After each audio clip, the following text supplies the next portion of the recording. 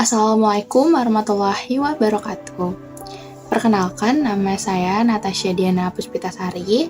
Saat ini menjadi mahasiswa aktif program studi pendidikan sejarah angkatan 2019 Universitas Negeri Jakarta. Nah, pada video kali ini saya akan membahas mengenai krisis ekonomi atau depresi ekonomi yang terjadi di negara Yunani sekitar tahun 2007 hingga 2013.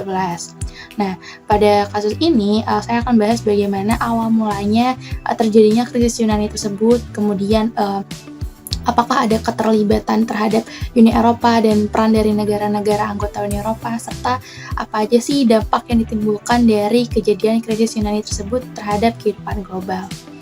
Baik, jika begitu mari kita simak bareng-bareng videonya ya. Pendapatan negara merupakan suatu pemasukan negara yang dialokasikan sebagai pendanaan sarana dan prasarana serta kebutuhan negara untuk tujuan pembangunan. Pendapatan ini dapat berbentuk pajak, retribusi, keuntungan perusahaan negara, denda, sumbangan masyarakat, dan lain sebagainya.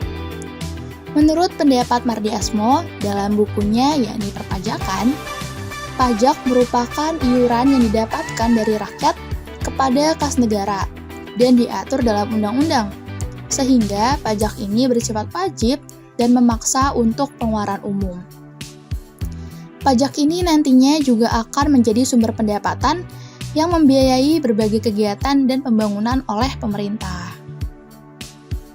Dalam praktiknya, guna meningkatkan pendapatan negara, maka dapat dibentuklah suatu simbiosis mutualisme atau organisasi kerjasama yang berada di suatu wilayah tertentu. Nah, salah satu bentukan kerjasama atau organisasi yang berada di suatu wilayah atau satu regional, yakni Uni Eropa.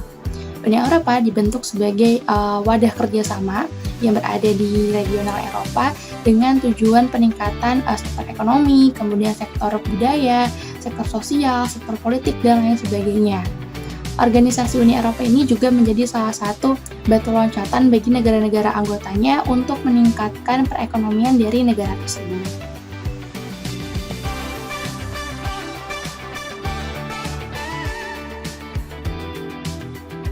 Dibentuknya Uni Eropa menjadi penawaran menarik bagi negara Yunani. Yunani memutuskan untuk bergabung di Uni Eropa di tahun 1957 dan resmi menjadi keanggotaan di tahun 1981. Faktor terbesar Yunani bergabung dalam Uni Eropa adalah untuk menyelamatkan keadaan negaranya yang hampir sekarat dan membutuhkan pertolongan. Yunani mengalami permasalahan internal, mulai dari angka korupsi yang tinggi, administrasi pemerintahan yang tidak stabil dan tidak transparan, serta pertumbuhan ekonomi yang cenderung lemah. Masalah lain yang menjadi awal mula bagaimana krisis Yunani dapat terjadi adalah ketika Yunani mengajukan diri untuk bergabung dengan Uni Eropa, Yunani mengubah mata uang lamanya menjadi mata uang euro. Nah, salah satu kebijakan atau konsekuensi bagi Yunani sendiri adalah ketika bergabung dengan Uni Eropa, adanya kebijakan untuk penyeragaman dalam penggunaan mata uang. Nah, penyeragaman mata uang euro ini menjadi salah satu kemudahan transaksi ya bagi negara-negara anggotanya.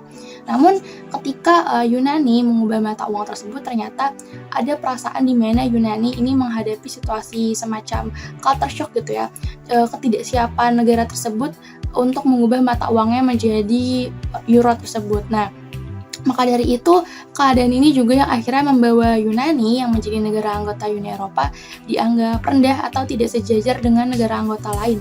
Katakanlah seperti Jerman dan Inggris, di mana mereka ekonominya sudah stabil, kemudian administrasi pemerintahannya juga sudah rapi dan terstruktur, namun Yunani masih memiliki permasalahan internal lainnya. Maka dari itu, tujuan pertama kali Yunani untuk bergabung dalam Uni Eropa adalah untuk membenahi atau menata kembali bagaimana kondisi negara agar stabil kembali.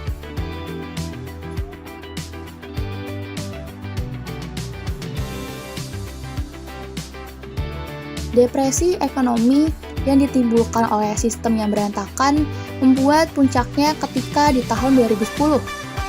Pinjaman luar negeri yang dilakukan Yunani mengakibatkan defisit bahkan mencapai 10,6% dari total domestik bruto. Jumlah yang cenderung fantastis ini juga turut menyebabkan Yunani gagal membayar utang luar negeri yang mencapai 532,9 miliar dolar. Dan dampak dari kegagalan Yunani dalam membayar utang berimbas kepada penurunan kepercayaan mata uang euro terhadap investor asing. Ketika berbenahnya Yunani untuk menstabilkan perekonomiannya pasca krisis Yunani di tahun 2007 dan 2008, di tahun berikutnya, pada tahun 2013, Yunani kembali mengalami krisis karena pengeluaran negara. Hal ini disebabkan oleh pendapatan negara yang menurun dan angka pengangguran yang cenderung meningkat. Di tahun 2015, Yunani juga mengalami kebangkrutan dengan ditandai gagalnya membayar utang kepada IMF sebesar 1,6 miliar euro atau sekitar 22 miliar rupiah. Yunani, yang notabene sebagai negara anggota Uni Eropa, tidak punya pilihan lagi untuk mengadu kepada ibunya. Meski secara hukum, Uni Eropa ini tidak memiliki kewajiban untuk membantu negara anggota yang mengalami permasalahan ekonomi, akhirnya Uni Eropa juga turut turun tangan untuk mengatasinya. Uni Eropa membuat kebijakan bailout atau dana peminjaman, yang mana kebijakan ini sempat kontroversial karena keputusan yang insidental. Hal ini menjadi kontroversi karena kekhawatiran akan adanya peminjaman dari negara-negara anggota lainnya. Keputusan ini juga turut berdasarkan pada Perjanjian Lisboa dengan fungsi Uni Eropa sebagai organisasi yang membantu perekonomian negara pada kondisi tertentu. Keadaan ini juga didukung dengan kondisi Yunani yang hampir melemah dan mampu memperburuk perekonomian benua Eropa dan harus ditindaklanjuti untuk memulihkannya kembali.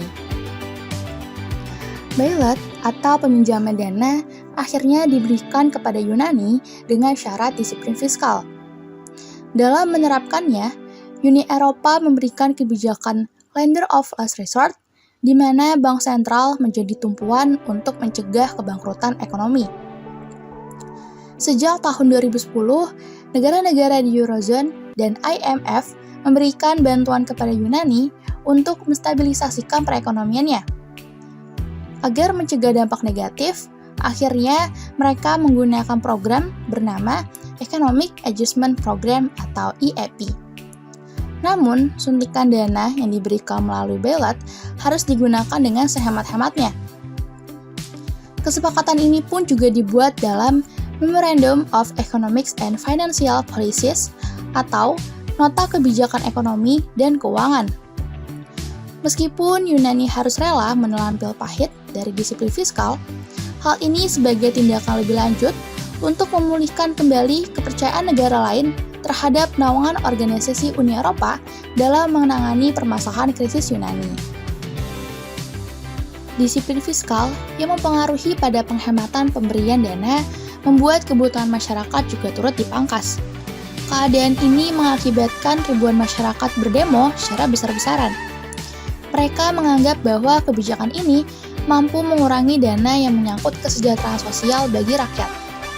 Pemerintah juga melakukan pemotongan gaji dan dana pensiun rakyat, namun menaikkan pajak demi membayar cicilan utang negara. Situasi tersebut berdampak pada ketidakseimbangan antara pemasukan dan pengeluaran terhadap masyarakat. Namun, di sisi lain, bailout yang diberikan juga belum mampu membawa Yunani pada ambang kestabilan.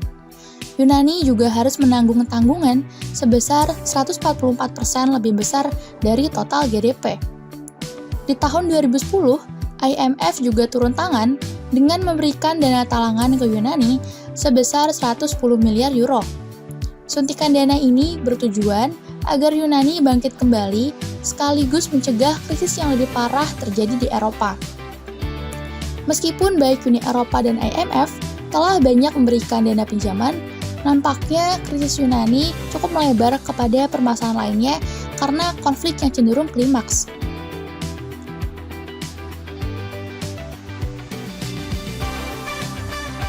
Krisis Yunani yang terjadi ternyata membawa perubahan dan dampak yang cukup menyedihkan bagi perekonomian global.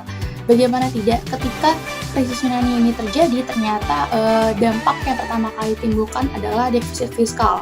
Nah, defisit fiskal ini ditandai ketika pengeluaran negara cenderung lebih banyak ketimbang pendapatannya, alias banyaknya pengeluaran atau pemenuhan kebutuhan masyarakat gitu ya, cenderung banyak dan nominalnya yang besar, namun pendapatan negaranya sedikit.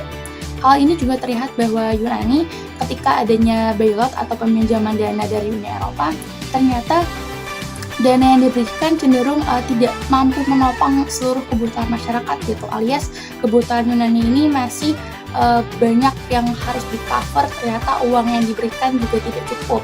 Nah, maka dari itu terlihat bahwa adanya kejadian defisit fiskal ini terjadi pada krisis Yunani, bahwa Yunani ini tidak memiliki pendapatan negara yang cukup atau pendapatan negara yang banyak, namun tetap harus memaksakan yang namanya pengeluaran untuk pemenuhan kebutuhan masyarakat itu sendiri. Dampak berikutnya adalah inflasi. Inflasi terjadi di Yunani pada tahun 2008 dengan taraf 3,0 sampai 4,0. Hal ini disebabkan ketika awal krisis terjadi, banyaknya pengangguran besar-besaran dan kemampuan beli menurun, sehingga adanya lonjakan dari harga barang-barang yang beredar. Dampak lain yang ditimbulkan dari kejadian krisis Yunani adalah dampak pada aspek sosial, di mana ketika terjadinya krisis Yunani tersebut, angka kemiskinan ini cenderung meningkat sekitar 20%. Nah, hal ini juga menjadi pil pahit bagi Yunani karena ketidakcapaiannya dalam menyelesaikan masalah krisis ini. Selain angka kemiskinan, juga adanya angka pengangguran yang nantinya menyebabkan peningkatan dari bunuh diri hingga mencapai tingkatan 36%. Dampak yang terjadi dari krisis Yunani ini bukan hanya dirasakan pada internal Yunani saja, melainkan juga dirasakan secara global. Di mana ketika terjadinya krisis Yunani ini, kondisi ini kian menjalar ke beberapa negara anggota Uni Eropa seperti Belgia dan juga Italia. Nah, Yunani ini juga turut melanggar kesepakatan awal ketika ia bergabung kepada Uni Eropa, di mana Yunani melanggar kesepakatan bahwa adanya penetapan rasio utang terhadap GDP melebihi 100%. Maka dari itu, sudah banyak poin-poin di mana Yunani telah melanggar kesepakatan dalam bergabung Uni Eropa, kemudian menjadi negara yang tidak stabil dan mempengaruhi keberlangsungan dari organisasi Uni Eropa dan negara-negara anggota lainnya. Di beberapa negara lain, pengaruh krisis Yunani juga turut dirasakan. Misalnya negara Inggris. Inggris yang menjadi negara kuat di Eropa terindikasi mengalami resesi dengan data-data ekonomi yang kian menurun. Output sektor manufaktur menunjukkan penurunan. Purchasing Managers Index atau PMI juga menurun di tahun 2012 dan tingkat pengangguran yang bertambah. Selain itu, 12 bank di Inggris mengalami penurunan. Penurunan ini juga membuat Inggris harus membayar tingkat suku bunga lebih tinggi saat mencari pinjaman finansial. Selain itu, menurunnya GDP mengakibatkan menurunnya kepercayaan pasar terhadap hasil-hasil ekspor. Selain Inggris, Prancis juga merasakan dampak krisis terhadap aspek politiknya. Prancis telah mengubah 2 kali perubahan presiden dan sistem politik yang berkuasa di parlemen Prancis. Hal ini dikarenakan Sarkozy selaku presiden tidak membawa dampak signifikan dari setiap kebijakannya. Beberapa bank di Prancis juga kurang modal dan angka pengangguran yang tinggi.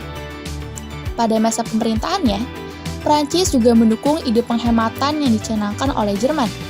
Namun, ketika perpindahan kekuasaan kepada Holland, ada perubahan kebijakan di mana Holland merasa bahwa Uni Eropa perlu dibentuk pemerintahan ekonomi bersama dengan mengkoordinir kebijakan finansial.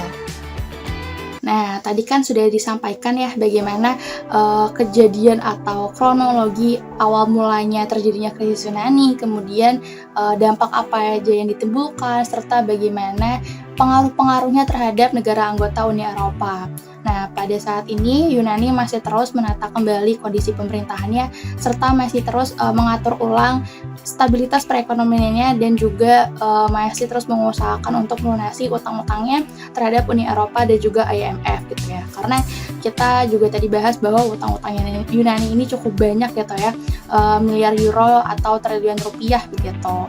Nah, mungkin itu saja yang dapat saya sampaikan. Kurang lebihnya mohon maaf, semoga ilmunya dapat bermanfaat. Terima kasih sudah menonton video ini. Sampai jumpa dalam video berikutnya.